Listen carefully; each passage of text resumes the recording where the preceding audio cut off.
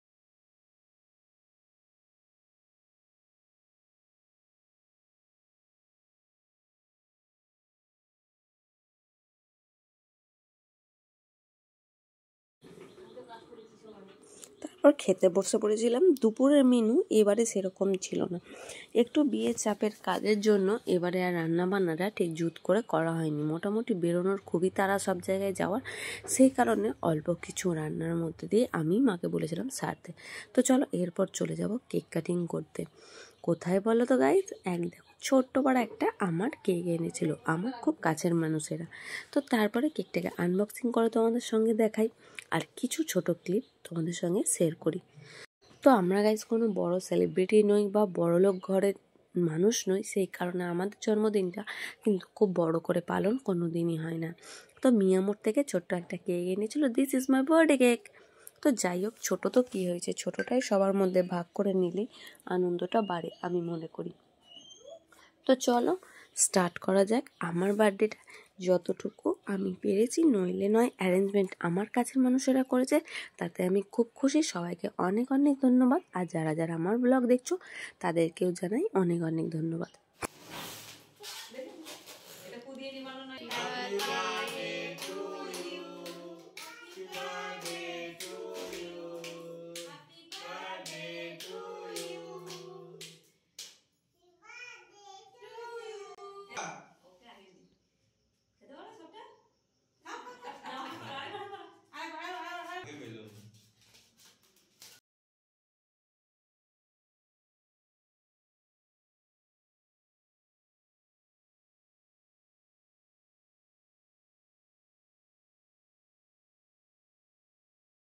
So guys birthday celebration তো হয়ে গেছে, একটুখানি মিষ্টি কেক খেয়ে নিয়েছি, এবার মোমো খেয়ে ব্লগটা তোমাদের সঙ্গে শেষ করছি।